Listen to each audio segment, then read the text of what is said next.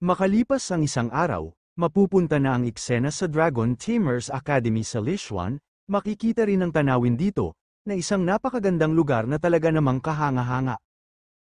Habang namimili ang ating bida, nakilala niya si Fang Nianyan, isang magandang dalagang nagtitinda ng mga peach. Napaisip ang ating bida at nasabi niya sa kanyang sarili na hindi niya inakalang ganoon ang magiging itsura nito. Tinanong ni Fang Nianyan ang ating bida, kung naroon din siya para makita ang akademya. Sagot naman ng ating bida, nandito siya para sa pagsusulit ng pagpasok ng pagiging Dragon Master. Dahil sa sinabi ng ating bida, bigla na lang siyang tinawanan ni Fang Nianyan. Sa gitna ng kanyang halakhak, sinabi niyang hindi raw niya akalaing baliw pala si Zuming Lang. Nainis naman ang ating bida at napabulalas na hindi na raw siya isang baliw. Itinanong pa niya kung bakit ang pangit ng ugali ng babaeng ito. Ngunit hindi pa roon nagtapos ang pambubuli ni Fang Nianyan, sinulyapan niya si Zuming Lang mula ulo hanggang paa. Saka sarkastikong nagsalita, na mukha nga raw talagang pangkaraniwan si Zuming Lang, wala itong dalang espiritu, at mukha pa itong tanga. Itinanong pa niya kung kailan pa binaba ng Dragon Tamer Academy ang pamantayan sa pagpili ng mga estudyante. Nainis naman dito ang ating bida kaya hinamon niya si Fang Nianyan na magpustahan na raw sila.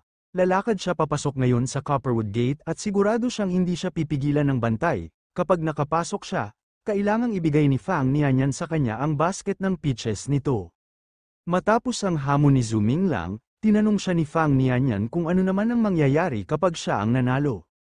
Ngumiti ang ating bida, may halong yabang at kumpiyansa, at sinabing bibilhin niya lahat ng peaches ni Fang Nianyan. Tumawa si Fang Nianyan at pabirong sinabi na hindi niya naman iniisip na kayang bilhin ni Zuming Lang ang lahat ng kanyang peaches. Sabay pakita ng dila nito habang inaasar niya ang ating bida. Kasabay nito, pumunta na ang ating bida sa gate ng academy at ipinakita ang kanyang enrollment letter para sa admission. Sinabihan siya ng taga-bantay na pumunta sa unahan upang kunin ang kanyang academy emblem at maghintay muna sa gilid. Kasunod nito, sumigaw ang ating bida kay Fang Nianyan upang ipagmalaki na nakapasok na siya. Pero laking gulat niya nang hindi siya pinansin nito, kaya nagalit naman ng todo ang ating bida sa kanya. Makalipas ang ilang sandali, dumating ang isang dambuhalang sea serpent sa pantalan, at matapos makumpleto ang bilang ng mga estudyante, sinabi ng tagapamatnubay na panahon ng araw para umalis na sila. Habang nakasakay na sa dambuhalang sea serpent ang ating bida, kasama sina Nanye at Li Xiaoyang. Nagpaalam ang ama ni Li Xiaoyang sa kanya bago ito umalis, sabay sabing siya ang tanging pag-asa ng kanilang nayon at kinakailangang maging isang Dragon Master. Idinagdag pa ng matanda ang iba't ibang bagay, mula sa posibilidad na umuwi na lang kung sakaling mabigo, hanggang sa kahalagahan ng mga baka at tupa sa kanilang lugar. Hindi rin ito nakalimutang abutan siya ng baon para raw hindi siya mabyuli ng kanyang mga kaklase. Dahil sa sobrang dami ng sinabi ng kanyang ama, pinagtawanan tuloy si Xiaoyang ng kanyang mga kasama. Sa sobrang hiya, pinakiusapan na lang niya ang kanyang ama na bumalik na sa nayon. Kasabay nito, masiglang kinakausap ni Li Xiaoyang ang mga bagong estudyante. Una niyang nakilala si Zuming Lang, pero nang tanungin niya ang isa pa nilang kasama, tikom lang ang bibig nito at tahimik lang na tumitig, na tila hindi interesado makipag-usap sa kanila. Sinabihan ng tagapamatnubay ang tatlong huling estudyanteng sumakay na nahuli sila sa pagdating, kaya pagdating nila sa Dragon Storage Hall, ang mga natirang Dragonlings na lang ang maaari nilang piliin, yung hindi na pinili ng iba. Dahil dito, bigla na lamang naging seryoso dito ang tatlo. Pagdating sa Dragon Storage Hall, pinapili ang mga estudyante ng kanilang espiritong alaga mula sa mga natirang nilalang, at matapos pumili ay kailangang magpatala upang tuluyang mapasa kanila ang napiling espiritu. Habang namimili si Li Xiaoyang ng espiritong alaga, namangha naman ito sa kanyang mga nakikita. Ngunit sinabihan naman siya ni Nanye na wala namang saysay ang pagpili dahil bihira lang ang tunay na dragon sa libu-libong espiritu, kaya imbes na maging pihikan, mas mabuting magsikap na lang sa pagpapalaki ng sarili mong espiritu. May napansin naman ang ating bida na isang maliit na buwaya. Tahimik itong nag-aabang at mukhang may balak kunin ng isang silkworm bilang pagkain. Sa sandaling nakuha nito ang tiyempo, mabilis nitong sinunggaban ng silkworm, direkta sa harapan ng grupo ng maliliit na asong lobo. Dahil dito, agad siyang pinagkaisahan at binuli ng mga ito. Naisip naman ng ating bida na kahit dito sa academy, may pambubuli pa rin, na para bang sumasalamin sa sariling karanasan niya. Sa gitna ng napakaraming pagpipilian, tila naantig ang damdamin niya sa nilalang na tila walang pumipili. Kasabay nito, nilapitan ni Zuming Lang ang maliit na buwaya, hinawakan ito, at doon niya napagtantong ito ang nais niyang piliing maging kapareha, dahil nakita niya ang sarili sa nilalang na yun, pareho silang tila hindi pinapansin ng iba. Ngunit sa hindi inaasahang pangyayari, bigla na lamang siyang sinabuyan nito sa kanyang pagmumukha, dahilan para mainis siya sa gulat. Habang basang-basa ang kanyang mukha, tiningnan niya ito ng masama at galit na sinabi na hindi na siya nagtaka kung bakit binubuli ito ng ibang spiritlings dahil isa itong tunay na pasaway. Gayunpaman, sa kabila ng lahat, napagdesisyonan niyang piliin ang buwaya bilang kanyang spiritling. Sa kanyang isipan, naalala niya ang sinabi ng matanda kapag ang isang batang espiritu ay kumakain ng silkworm, malaki ang tsansang ito'y maging isang dragon. Dagdag pa rito, napansin niyang may matigas na bukol sa ulo ng buwaya, na para bang isang nakatagong sungay na maaaring palatandaan ng isang dragon. Dahil dito, napagdesisyonan na ni Zuming Lang na piliin ang maliit na buwaya bilang kanyang spiritling, agad siyang nagsagawa ng soul binding, isang ritual kung saan pinagdurugtong ang kanilang mga kaluluwa gamit ang dugo. Sa puntong yun, tinawag niya ang buwaya sa pangalang Hia.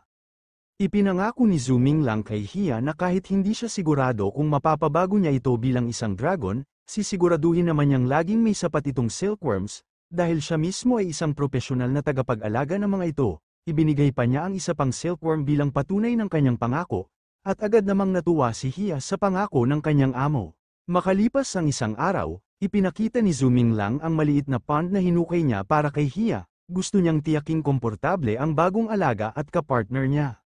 Kitang-kita naman ang kasiyahan ni Hia habang masiglang lumulundag sa tubig. Pagkatapos, sinabi ni Zuming Lang na siya'y maliligo muna, habang pinapapayagan si Hia na maglaro mag-isa sa pond. Mula sa pagiging isang tusong buwaya, tila unti-unti na ring napapalapit si Hia sa kanyang bagong master. Kinabukasan, habang mahimbing pa sa tulog si Zuming Lang, bigla siyang ginising ni Hia sa nakakagulat na paraan. Pagmulat ng ating bida, nakita niyang masigla at puno ng enerhiya si Hia, tila ba excited na mag-training, dahil dito, napangiti si Zuming Lang at pinuri ang kasigasigan ng kanyang alaga. Bilang gantimpala, binigyan niya ito ng silkworm, at sinabing ngayong araw ay dadalhin niya ito sa isang magandang lugar para mag-ensayo. Sa labas ng gusali, napadaan si Zuming Lang habang may mga tao sa paligid na nag-uusap tungkol sa isang babae. Sabi nila, maganda raw ito na parang diwata, pero pinaglaruan ng kapalaran, may iba't ibang haka-haka, isa raw itong matandang pulubi, o kaya'y isang batang palaboy ang pinagsamantalahan siya. Isa pa sa mga usisero ay nagsabing sa lugar na gaya ng Wuto na wala ng batas at puno ng kaguluhan ang ganitong kagandahan ay siguradong pagkakaguluhan ng mga tao para sa pansariling kasiyahan. Habang pinagmamasdan ng ating bida ang mga hangal kasama si Hia, napasabi na lamang ito na ang mga tsismis ay lalong nagiging walang kwenta. Pagdating nila sa isang lawa malapit sa talon, sinimulan na nila ang training ni Hia. Pinuri ni Zuming Lang ang magagandang galaw ng alaga habang lumalangoy ito, subalit sa sobrang gigil ni Hia, hindi niya napansin ang gilid ng talon at tuluyang nahulog. Tinawag siya ng ating bida, dahil nag-aalala na ito sa kanyang kalagayan. Nang mahulog si Hia sa talon, dali-daling tumakbo si Zuming Lang sa gilid ng bangin. Mabilis siyang tumalon patungo sa isang batong may tuyong sanga sa gitna ng ilog para subukang seluhin ang kanyang alaga. Sa pagdaan ni Hia, sinunggaban siya ni Zuming Lang at matagumpay na nasalumula sa malakas na agos ng tubig. Galit, ngunit nag-aalalang sinabihan niya si Hia na huwag nang maging pasaway sa susunod. Paglapag nila sa gilid ng ilog, masiglang nagpakawala ng tunog si Hia na tila humihingi ng paumanhin. Ngunit sa hindi inaasahang pangyayari, bigla na lamang naputol ang hawak na tuyong puno ng ating bida, dahil dito, nagsimula na siyang mangamba dahil sa kanyang sitwasyon. Nakita naman ito ni Hia at agad siyang nagpakita ng tapang, nang mapansin ng ating bida ang balak ni Hia. Dali-dali niya itong sinigawan, sinasabing huwag na itong lumapit at bumalik na lamang, binalaan niya si Hia na mapanganib ang kanilang sitwasyon at baka mapahamak ito. Ngunit hindi ito pinansin ni Hia, patuloy pa rin siya sa paglangoy. Sinusuong ang rumaragasang agos ng ilog, buo ang kanyang determinasyon na iligtas ang kanyang amo. Lumangoy siyang pailalim, pinapawi ang lakas ng agos gamit ang kanyang sariling lakas. Habang papalapit si Hia, makikita na ang kanyang bagong anyo. Buong lakas siyang tumalon pataas habang binibigkas ang kanyang matapang na sigaw. Ngunit sa gitna ng kaguluhan, nawalan ng balanse ang kanyang amo at nahulog ito mula sa taas ng talon. Habang bumabagsak, napasigaw naman dito ang ating bida. Sa kanyang pagkakahulog, bigla siyang sinalo ng isang hindi inaasahang nilalang, isang dambuhalang nilalang na may makislap at makapangyarihang anyo. Laking gulat ng ating bida nang mapagtanto niya kung ano ang sumagip sa kanya. Sa pagkabigla, naitanong pa niya kung ang nilalang na ito ay isang waterfall flood dragon. Doon niya napagtanto na ang tumulong sa kanya ay isang mahiwagang dragon na nagmumula sa ilalim ng talon. Pagkatapos nito, isang napakagandang babae ang biglang lumitaw sa ibabaw ng bato. Siya ay si Duan Gang. Nagtanong naman ito sa ating bida kung bakit nga raw gusto na nitong mamatay. Gayong ang katawan ay isang biyayang kaloob ng kanyang mga magulang. Agad namang tumugon ang ating bida, nilinaw niya na hindi niya intensyong magpakamatay. Ayon sa kanya, hindi niya sinasadya ang nangyari, isa lamang itong aksidente. Kasabay nito, biglang tumalon si Hia mula sa talon, ngunit laking gulat niya nang mapagtanto niyang mahuhulog siya nang wala siyang kontrol. Sa kabutihang palad, agad namang tumulong ang waterfall flood dragon at sinagip si Hia bago pa ito tuluyang bumagsak.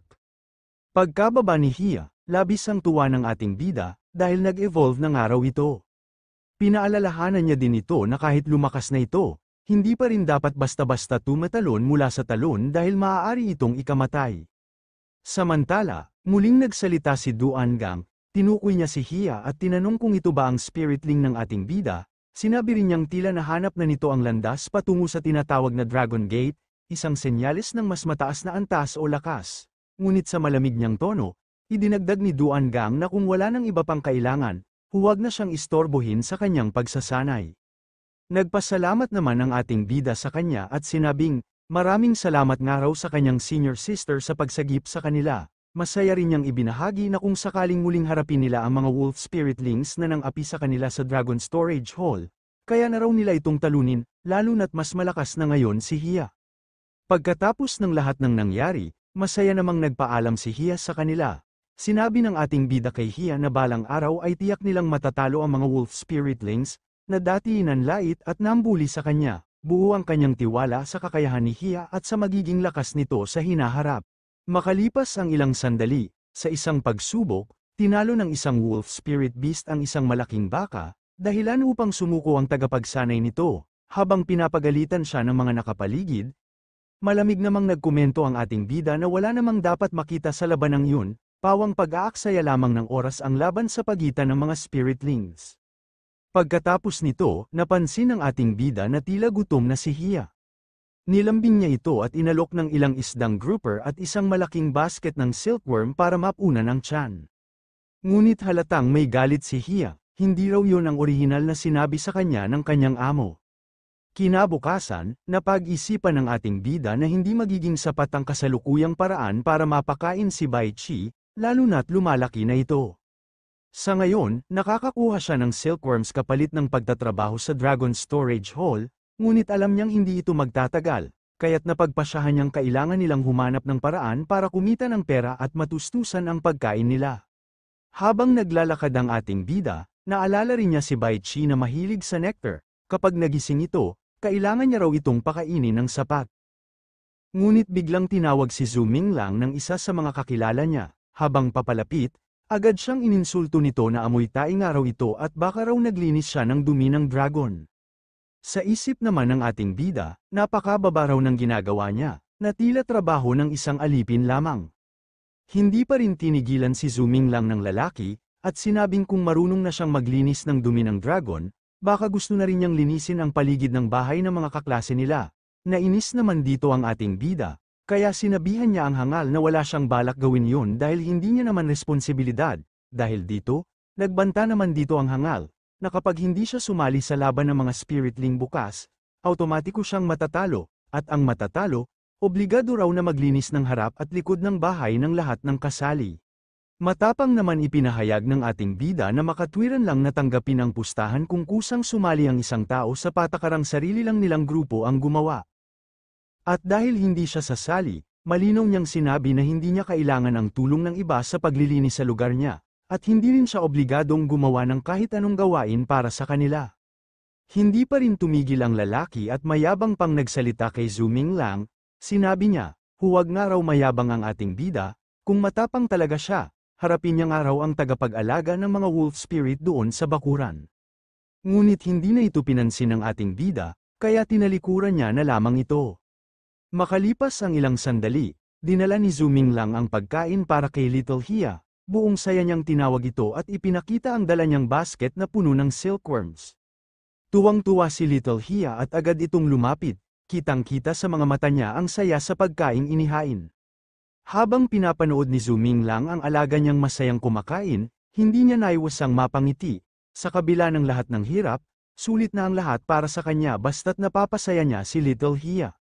Habang pinagmamasdan ni Zuming Lang si Little Hia na masayang busog sa silkworms, napaisip siya, habang lumalaki ito, hindi na sapat ang mga silkworm na natatanggap niya mula sa paglilinis sa Dragon Storage Hall, kailangan niyang makahanap ng ibang paraan para mapakain ito ng maayos.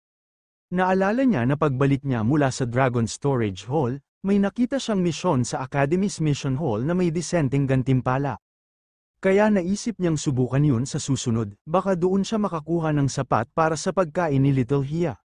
Dumiretso si Zuming Lang sa mission hall ng akademya kung saan nakapaskil ang iba't ibang misyon. Napansin niyang may mga misyon na sobrang delikado, gaya ng pakikipaglaban sa isang lungsod o paglusob sa isang battlefield. Napaisip siya na mukhang para lang talaga ang mga yon sa mga bihasang dragon tamer. Isa sa mga misyon ang agad tumawag ng pansin niya, isang misyon para sa lakayin ng isang kalapit na lungsod na sinakop ng isang masamang demonyo. Plano ng demonyo na isakripisyo ang mga kaluluwa ng karaniwang mamamayan at alipin upang palakasin ang kanyang espiritual na salamangka. Delikado ito para sa buong populasyon. Ang tagal ng misyon ay 3 buwan, ngunit ang gantimpala ay napakalaki, isang kapat ng buwis ng buong lungsod, napanganga si Zuming Lang sa laki ng premyo. Habang tinitingnan ni Zuming Lang ang misyon tungkol sa pagsalakay sa kalapit na lungsod, napaisip siya, kung hindi lang sana humina si Bai Qi, baka sinubukan na niya ang mapanganib na misyon na iyon. Pero agad ding nakuha ang atensyon niya ng isang mas praktikal na misyon, isang gawain na pwedeng maging paraan para sanayin si Hia habang kumikita ng pera. Ang misyon ay tungkol sa paglipol ng mga spotted bluefish demon spirits na dumarami na sa Lichuan's Lake. Nanganganak na raw ang mga ito sa mga bato sa gabi at sumisira sa balanse ng kalikasan sa lawa. Umaabot na rin ang mga ito sa mga karatig bayan at inaabala ang mga mangingisda. At ang tagal ng misyon ay kalahating buwan, at ang gantimpala, isang butil ng ginto. Natuwa si Zuming Lang, ito ang perpektong misyon para sa kanila ni Hia, kaya hindi na siya nagdalawang isip na tanggapin na ito. Makalipas ang ilang sandali, dumating na si Zuming Lang sa Lichuan Lake upang simulan ang kanyang misyon kasama si Little Hia. Habang pinagmamasdan niya ang lawa, napansin niyang lumalangoy na si Hia sa ilalim ng tubig, handa na para sa pagsalakay. Habang nagmamasid, napag-alaman ni Zuming Lang na ang mga spotted bluefish demon spirits ay may taktika sa pagtatanggol, kapag sila ay nagtipon-tipon, ginagamit nila ang galaw ng kanilang mga bibig upang magbigay babala sa iba kung may paparating na panganib. Dahil dito, agad na nakakaiwas ang iba pang isda sa mga atake ni Hia. Makikita rin sa dulo ng eksena na unti-unting lumilikha ng malakas na alon o ipon ng tubig si Hia, tila naghahanda para sa isang mas malakas at estratehikong atake. Pinayuhan naman ni Zuming Lang si Little Hia tungkol sa kalaban, ang mga spotted bluefish demon spirits, sinabi niyang mas mabilis ng kaunti ang mga ito kaysa kay Hia, pero hindi ganoon kalaki ang agwat, kaya't may pag-asa pa silang manalo. Ngunit sa kasamahang palad, wala man lang nakuhang isda si Hia. Dahil dito, napagdesisyon ng ating bida na sanayin pa si Hia upang lumakas. Dinala ni Zuming Lang si Little Hia sa isang talon upang magsanay, ipinaliwanag niyang kailangan ni Hia na masanay sa agos ng tubig para lumakas at bumilis ang kanyang paglangoy.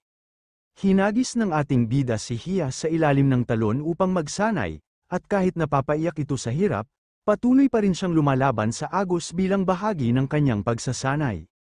Matapos ang buong araw ng matinding pagsasanay, pagod na pagod si Little Hia at halos himatayin na ito. Nakita ito ng ating bida at sinabi niyang tapos na ang kanilang training para sa araw na iyon.